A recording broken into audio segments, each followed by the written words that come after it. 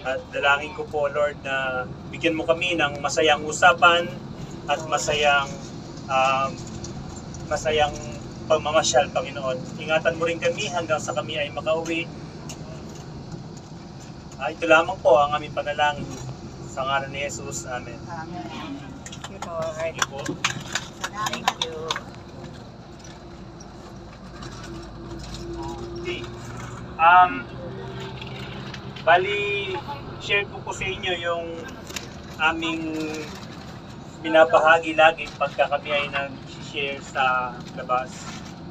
Bali, sa panahon po natin ngayon, makikita natin na mayroong digmaan, mayroong sakuna, makailan lamang mayroong lindol dito sa Thailand.